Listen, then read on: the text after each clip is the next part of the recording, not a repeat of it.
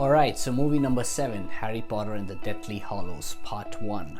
Remember, at the end of movie 6, Lord Voldemort, with his alliance of friends, was able to successfully kill Lord Dumbledore, and Harry Potter saw that Snape turned heel and actually killed Dumbledore, and he knows that Snape is on the dark side.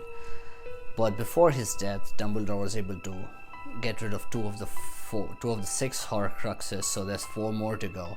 The locket that Dumbledore possessed before he died, Harry Potter finds out that is fake, and the real one is actually being stolen and is under someone else's possession, is what they reveal in this movie. They also, during the beginning of the movie, show how Harry Potter's life is under danger, and the Order of the Phoenix comes to rescue him. So the way they rescue him is basically make him and all his friends and all of the Weasleys, everybody look like Harry Potter, and they somehow try to escape from there and take him to a safer place. Sadly, during this whole escapade, they lose Mad Eye and one other person from the Order of Phoenix, and here's where the movie starts getting interesting. So Voldemort finds out that the wand that he has is not good enough for him to kill Harry Potter, because Harry's wand and Voldemort's wand are equally powered. So he summons or takes over the wand of Lucius Malfoy. So Lucius Malfoy has no more wand because Lord Voldemort has commandeered his wand here. Here it's also revealed through a different chain of events that the locket, which is the Horcrux, is possessed by Professor Dolores Umbridge, and Harry Potter and his friends Roy and Hermione go and try and retrieve that from Umbridge, and it's a pretty interesting sequence where they actually take over bodies of someone else who's within the proximity of Umbridge in her space, in her court actually, and then somehow manage to deceive her and get a hold of her locket. But while they have this locket in their possession, there are multiple fights happening between Hermione and Harry.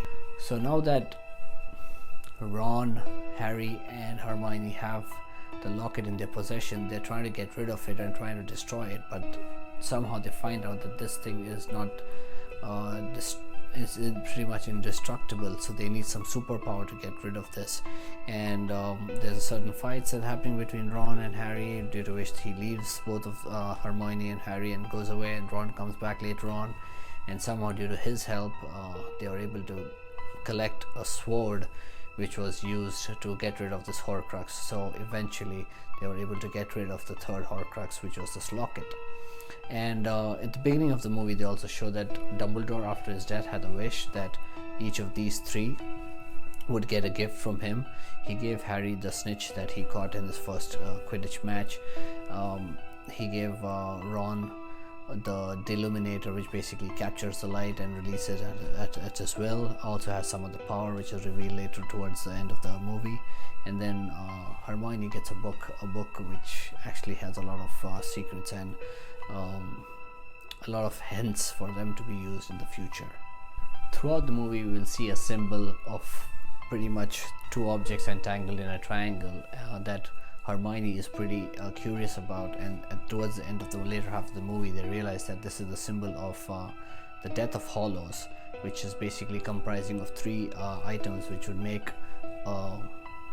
a wizard the Master of Death. This they get to know from Luna Lovegood's father, and while he's trying to explain to them the story, he also tries to somehow get hold of or hand over Harry, capture him and release him to the people from the dark side, because Luna was in their possession. He wanted to exchange his daughter for Harry, but somehow Harry, Hermione and Ron escape the house of Lovegood, which is later destroyed by the Death Eaters. So Harry and his friends are now captured and taken to the people from the dark side, and here his Harry and Ron are put in a jail where Luna also is present, along with a couple of the people, I believe. And then Harry requests help through his broken glass, and Dolby appears, and Dolby helps them get out of there. There's a good sequence towards the climax where you'll see how Dolby and Harry, Ron, and Hermione escape from that place, but not without losing Dolby's life. Dolby is cremated and later, and he actually dies in Harry's arms, and he cremates him right at the beach where they separate from the scene of their captivity. So at the end of the movie, you will see that Voldemort is able to get into Dumbledore's grave and steal the Elder Wand from him. Elder Wand being the strongest of the wands, and Elder Wand is one of the things that is in that symbol of the Deathly Hallows. So Dumbledore's Elder Wand is in possession of Voldemort at the end of movie number 7, and now it's pretty much at a good steady position for the final movie number 8, Harry Potter and the Deathly Hallows Part 2. Pretty excited, pretty stoked at this point, because Harry and his friends and Dumbledore, while he was present, were able to get rid of 3 of the Horcruxes. So if I'm not wrong, there's 3 more Horcruxes out there. There's Voldemort out there who's still alive, who actually has the Elder Wand.